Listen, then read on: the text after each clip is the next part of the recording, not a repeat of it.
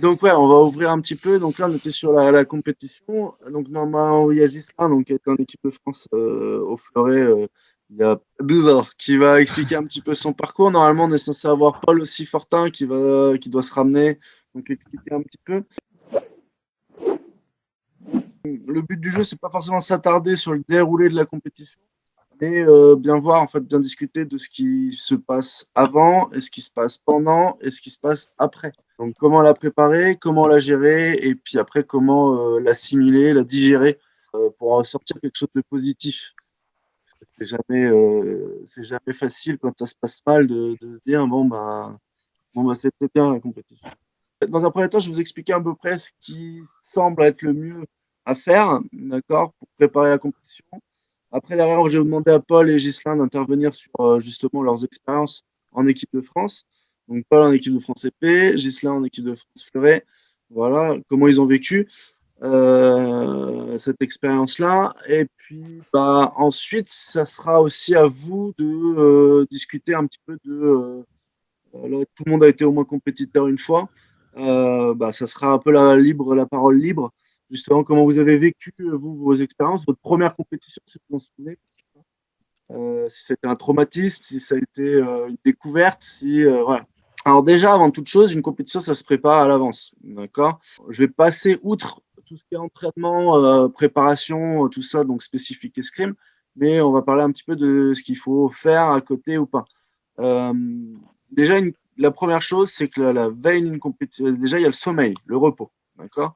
Donc, dans un premier temps, le repos, quand vous arrivez à une compétition, il faut être à 100% de votre état de forme, que ça soit physique et mental aussi, d'accord. Donc, pour le repos, compte énormément. C'est-à-dire que si vous vous couchez tôt la veille et que vous dites, bon, bah, c'est bon, je me suis couché tôt la veille, j'ai mangé léger et ça va bien se passer. Si vous avez fait n'importe quoi dans la semaine avant, vous ne serez pas bien. D'accord, donc il faut au moins 2 à 3 nuits de sommeil pour être prêt le jour J. D'accord, c'est on fait pas de soirée le vendredi, le jeudi, le mercredi, quoi. D'accord. Ou alors vous êtes très fort. Et dans ce cas-là, vous pouvez vous permettre si vous savez que vous allez être au-dessus des autres. Donc ça, c'est au niveau du repos. Ensuite, effectivement, on va parler un petit peu de la nutrition. Alors, je suis pas forcément le mieux placé pour en parler parce que je suis gourmand et voilà. Mais il est évident que si vous mangez comme un gros sac la veille, excusez-moi du terme pour les plus jeunes, que le lendemain, ça va pas être bien, hein. D'accord, vous n'allez pas être bien. Même le jour J, hein, faut pas manger n'importe quoi. Alors, il y a le mythe, ça vous l'avez tous entendu parler, le mythe des pâtes. Donc, on va manger mon plat de pâtes la veille et comme ça, je serai opérationnel. Ça, on l'a tous entendu. Nos maîtres d'armes, nos entraîneurs l'ont tous dit à un moment ou à un autre. Pareil, ça, c'est pas vrai. C'est-à-dire que les pâtes, elles vont faire l'effet après 3 heures de digestion. Donc, techniquement, si vous voulez appliquer cette règle à la lettre, si votre compétition elle commence à 8 heures, c'est-à-dire qu'à 5 heures du matin, il faut que vous mangez votre plat de pâtes. D'accord. Donc, ça, vous l'oubliez. D'accord. Après, si vous voulez manger votre plat de pâtes à 5 heures, vous recouchez et vous levez de 1 heure et demie plus tard pour aller à la compétition, vous pouvez le faire. Et vous risquez là d'être un petit peu fatigué au niveau du sommeil. Donc ça, c'est pour la préparation. Donc on a le repos, on a l'alimentation sur ces périodes-là. Ensuite, quand vous arrivez à la compétition, que vous êtes reposé, que mentalement vous êtes fort, que vous craquez pas, que tout va bien, la compétition se passe. Le résultat, qu'il soit là ou pas là, il faut faire 2 débriefings. Le premier à chaud, d'accord, et c'est normal, il faut laisser exploser un petit peu soit votre rage ou votre joie, ainsi de suite, d'accord, dans votre analyse, on va dire à chaud, mais il est indispensable d'y repenser après, d'accord. Vous devez à froid faire une analyse de ce que vous avez fait, que ce soit techniquement, si physiquement, ce que vous avez, là où vous avez été bon. La compétition, c'est aussi une récompense. Si vous en tirez aucune conclusion de votre compétition, c'est que quelque part, votre compétition, c'est un échec. Et il ne faut pas que ce soit un échec. Vous êtes là pour apprendre. Rémi me fait remarquer qu'effectivement, il y a le matériel. Et ça me permet de venir, ça, on va le raccrocher au stress. Alors là-dessus, Ghislain ou Paul, vous me confirmerez. Plus on va vérifier son matos, plus mon matos, je suis sûr qu'il fonctionne, moins j'aurai de stress. D'accord. Enfin, c'est un stress en moins. On va pas dire qu'il y aura moins de stress, mais ça sera Ouais, stressant, je hein. suis d'accord. Ouais, en fait, tout ce qu'il faut faire, c'est éviter les stress inutiles, en fait. C'est ça. Et d'arriver en compète où on est, bien sûr, on a le stress de la compète, mais faut éviter tous les stress, ouais, en rapport avec le matériel. Ça peut être le matériel, ça peut être le réveil ou les trucs comme ça. Enfin, être sûr qu'on soit réveillé à temps. Enfin, c'est des trucs comme ça. Donc, ouais, non, effectivement, il faut, comme dit Paul, il faut éviter tous les stress. Donc, savoir que ma housse est complète. Donc, bah, je vérifie ma C'est housse la risqué. veille. Normalement, si j'ai des armes avec moi, alors normalement, j'en ai minimum deux. J'ai minimum deux armes avec moi. J'en ai une que j'utilise sur la piste, l'autre qui est derrière. Pareil pour le fil de corps, j'en ai minimum deux. Comme ça, j'en utilise un, j'en ai un de rechange. Donc ça, au niveau du matériel, il faut effectivement que votre matériel soit préparé. Puis en général, vous pouvez le préparer, on va dire, sur le dernier cours d'escape. Donc si c'est le mercredi, bah, tant pis, vous le préparez le mercredi. Si c'est le vendredi, on prépare le vendredi. Et ensuite, derrière, vous allez en compétition. La veille, n'hésitez pas, quand vous irez en déplacement et que vous aurez votre matériel dans votre chambre d'hôtel le samedi soir, on a le droit de regarder koh ou autre, mais bien sûr, j'ai le droit aussi de vérifier encore une fois mes armes. Alors, pas forcément au sabre, c'est pas forcément utile de vérifier ses armes. Je parle pour les quelques savoir qui sont là. Euh, à l'épée, en fait, là, avec les changements de temps, épée fleuret, avec les changements de température, le métal, il se raidit. Donc, les ressorts, ils se détendent, ils se resserrent. Et résultat, vous pouvez avoir une arme qui était réglée le mercredi, qui ne le sera plus le dimanche matin parce que vous aurez fait de la voiture, parce qu'elles auront été dans le froid et qu'elles ne sont plus forcément opérationnelles. Donc, ça, attention au matos. Je reviens sur le déroulé de la compétition. Paul a parlé justement d'enlever les stress inutiles. Les stress inutiles, c'est effectivement, une fois que j'ai le matos, savoir, essayer de me renseigner au maximum, savoir sur quelle piste je vais être, à quelle heure. C'est important, vous allez voir, il y a des gymnases. Alors pour ceux qui ont fait Pont-à-Mousson, c'est le circuit national minime. Donc avant d'aller au championnat de France, il y a 3-4 gymnases et une cinquantaine de pistes. Saint-Maur, pareil, il y a 36 000 gymnases, il y a 50 C'est pistes. horrible, c'était un labyrinthe. Bah, rien que ça, déjà, savoir sur quelle piste je suis, savoir où elle est et y être à l'heure, à temps, c'est important. Pas arriver au dernier moment, quand tout le monde est en place, le match a déjà commencé, l'arbitre, il a déjà commencé son premier match parce qu'il n'a pas envie de perdre de temps. Vous arrivez là-dessus. Ça, pareil, on y reviendra sur l'arbitrage. Ça, si vous arrivez en retard sur votre feuille de poule, l'arbitre, si c'est un vieux con, il va vous prendre en grippe. D'accord. Et donc à ce moment-là, la compétition commence mal parce que il suffit qu'il y ait un truc qui aille pas très bien, il va vous brusquer, vous sanctionner. Bah, Ghislain, je vais te donner la parole en premier. Tu vas nous raconter. Donc Ouais. toi, c'était à Bourges, c'est ça? Moi, oui, c'était en 2009, championnat d'Europe à Bourges. Donc, c'était ma première sélection en équipe de France. Ensuite, bah, je vais reprendre un peu dans le même sens que tu as pu parler, Jojo. Ouais, vas-y. La préparation d'une compétition, je suis tout à fait d'accord avec Jojo, ça se prépare pas le matin de la compète ou la veille, ça se prépare déjà quelques jours avant. On commence à faire en sorte que son corps soit bien reposé. On se couche tôt au début. La préparation des armes, elle se fait pas la veille, elle se fait souvent 2, 3 jours avant. On vérifie, comme dit Geoffroy, ses armes le trou de 3 jours. Alors nous, au fleuret, on vérifie les vis, on vérifie notre chatterton qui permet de pas faire faux contact, etc.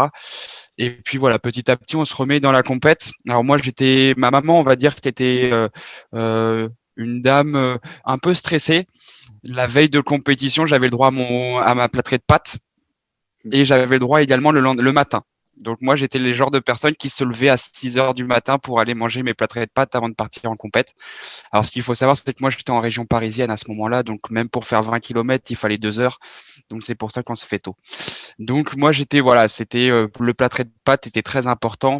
Certes, ça, comme dit Geoffroy, ça prend du temps, mais quand on arrive sur la compète, on se sent tout de suite d'attaque et c'est nickel.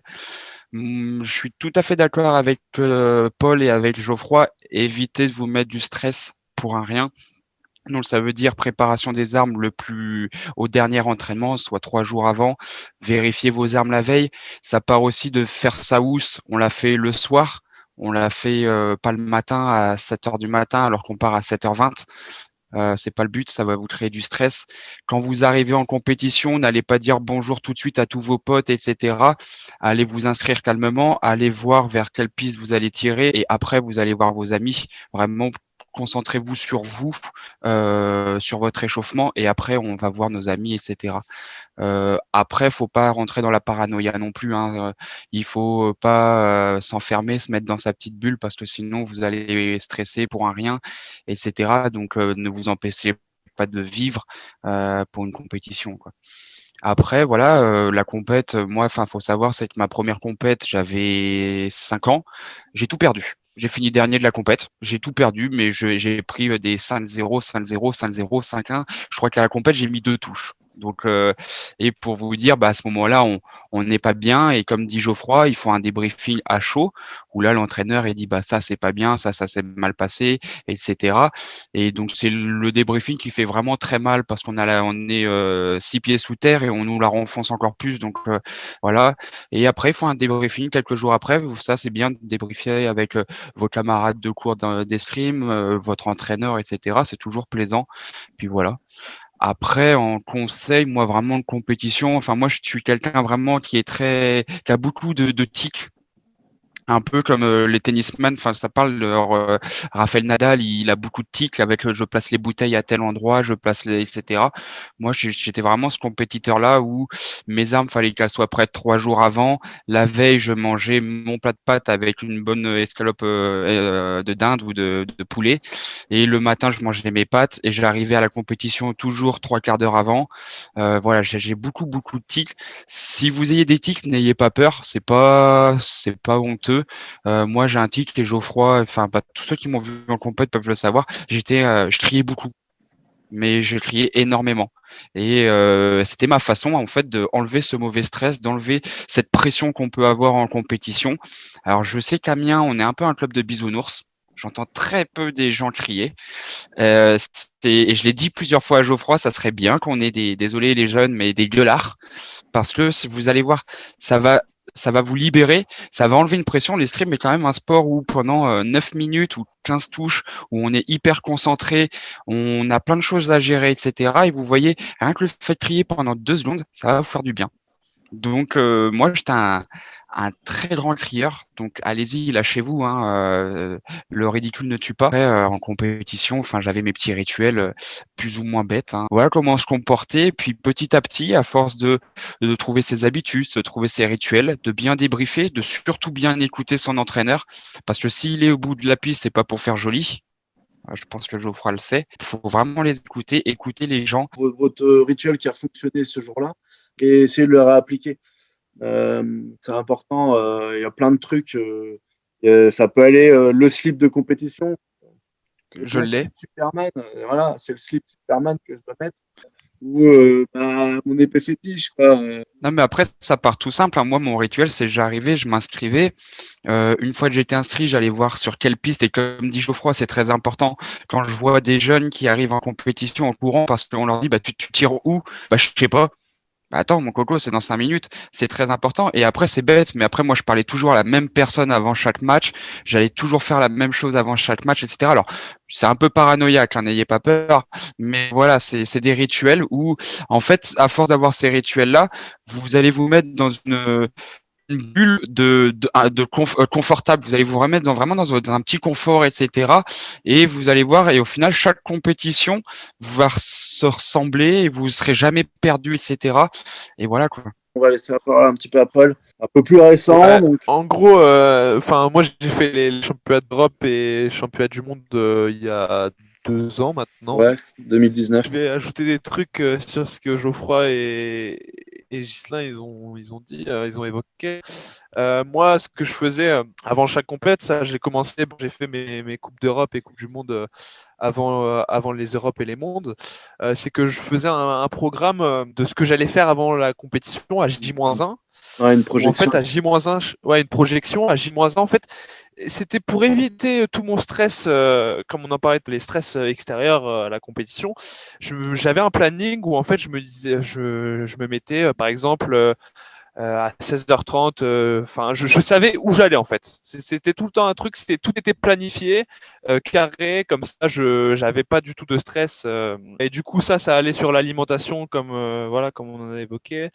Et puis aussi ce que je faisais avec le sommeil, il faut avoir ouais, une routine.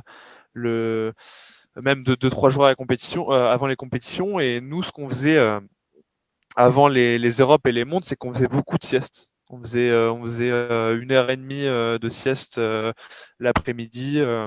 Et puis après, sinon, quand on arrivait en compétition, après ça dépend vraiment de la personne, si elle est extravertie ou introvertie.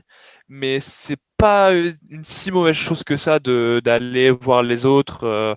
Parce que s'il y en Ah, a, ça, moi, par exemple, moi, je n'irai pas voir les autres parce que ça me fout un peu de stress, bien sûr. Moi, je resterai dans ma bulle. Mais il y en a d'autres, ça peut éviter de stresser s'ils vont voir les autres, s'ils vont parler. Et puis voilà. Et le dernier truc que j'avais envie de dire, c'était que bah cette gestion des compétitions, ça s'apprend. C'est pas inné quoi. On a tous au début fait des conneries comme dit Ghislain. Moi, enfin, du coup, c'est pour ça que moi j'incite vraiment les jeunes à faire à faire le plus de compètes à faire le plus de compètes, même du surclassement et tout, parce que c'est intéressant c'est c'est une différente manière de voir les choses quand on est en compétition. Et puis moi, je donne un exemple de entre guillemets la compète que j'ai le moins bien gérée. La première fête des ah jeunes. oui, oui, oui, non, mais oui. T'étais jeune Voilà, aussi. du coup, T'étais jeune, t'étais très ouais, jeune. du coup, ouais, moi c'était, à l'époque, du coup, j'étais minime 1 et j'avais fait la fête des jeunes et en fait, j'avais vraiment très très mal géré cette compétition parce que je m'étais pas assez préparé, je pense mentalement et tout. J'étais vraiment beaucoup beaucoup stressé. Et puis en fait, le problème que j'ai eu, c'est que en poule, bah, en fait, au lieu d'aller voir Geoffroy, j'étais resté dans ma bulle et du coup, ça avait empiré et j'avais fini dernier des poules. Oui, c'est vrai. Bah, t'avais battu un mec. Après je m'étais remis parce que ouais, c'est pour ça aussi Ghislain quand il parlait du débrief à chaud, c'est important d'avoir un débrief avec son maître d'armes même quand ça va mal, faut aller voir, faut aller les voir, ils sont là pour ça les coachs. Bon, avec Paul, on a une relation qui est quand même un petit peu particulière, mais Ouais. il est arrivé des fois où on s'est engueulé. En plus, on était pas Ah oui. d'accord. Mm. C'était un circuit national à Aix-en-Provence. On était partis tous les deux. Tu fais tableau de 64. Ce qui était un peu. Enfin, C'était pas t'aurais pu terrible, ouais. faire mieux, quoi, voilà. Ouais. Et puis, on s'était engueulé parce que moi, j'avais vu qu'il fallait que tu fasses un truc, toi, tu avais vu autre chose, et au final, en fait, on s'était pas écouté. Je pense que si Ouais. on faisait un mix des deux, ça passait, et voilà. Donc, Mm. voilà. Après, ça, c'est la relation qu'on a nous permet justement de faire ça, de redescendre après derrière et de se dire, et pas de se braquer. Euh, voilà. On en a rediscuté un peu après, en dehors de la compétition. Et effectivement, moi, j'avais fait une erreur de coaching, ce qui peut arriver, hein, vous inquiétez pas, l'entraîneur peut se planter. Hein, voilà. J'avais pas voulu écouter ce que Paul en fait ressentait parce que j'étais persuadé que la solution était à tel endroit et qu'il fallait aller à tel endroit. Et c'était pas la chose que sentait Paul et voilà. Donc ça peut arriver, mais c'est important. C'est pour ça que c'est important de débriefer à froid. Après, je reviens sur la gestion aussi de la compétition. Euh, Paul, par exemple, Paul ou Ghislain ont une vision qui est complètement, enfin, une gestion qui est un peu différente, même si la ligne globale est la même. Il faut savoir qu'il y a des tireurs qui vont avoir besoin justement de faire un peu le kéké, faire un peu le spectacle. C'est pas méchant pour se relâcher, se relaxer et puis être performant dans sa compétition. Et on a d'autres qui ont besoin d'être dans leur bulle et que en fait concrètement on ne vienne pas les embêter et qu'ils restent dans leur bulle et ils sortent de leur bulle quand la compétition est terminée. Ça c'est l'appréciation de chacun. Paul par exemple, si un jour vous aurez l'occasion de faire une compétition avec lui, il va y avoir des moments où il va être ouvert dans lesquels on pourra venir lui parler. Et il y a d'autres moments où, si vous essayez d'aller lui parler, il va vous envoyer chier parce que c'est pas le moment. D'accord. Ouais, et Et du ça, coup, je voulais aussi, j'avais oublié de dire un truc qui est vas-y. aussi qui est important et que moi je fais depuis pas mal de temps.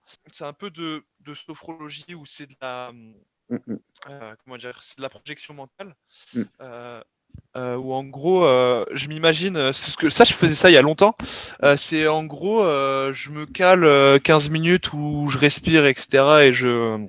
Et en fait, je m'imagine un peu dans la compétition aux alentours. Et du coup, ça me permet aussi de pas avoir de stress quand j'arrive dans la compétition parce que je sais à quoi m'attendre en fait. Alors ça c'est vrai là-dessus. Alors, par exemple, on a l'exemple type avec Paul où la projection fonctionnait. Il y a fut un temps où moi j'étais compétiteur. La projection, en fait, moi je partais dans des délires. C'est-à-dire que quand j'essayais de me projeter sur me dire, bah tiens, telle compétition, un tel, machin, je me faisais des films en me disant, lui, je vais le rencontrer, je vais gagner 15-14, et puis machin, et puis je vais faire un six do, et puis voilà, ça va être merveilleux. Et, et, au, et au final, je partais un peu tout seul dans mon truc et bah, je me plantais, quoi. Donc après, faut réussir à se projeter et rester dans le réalisme.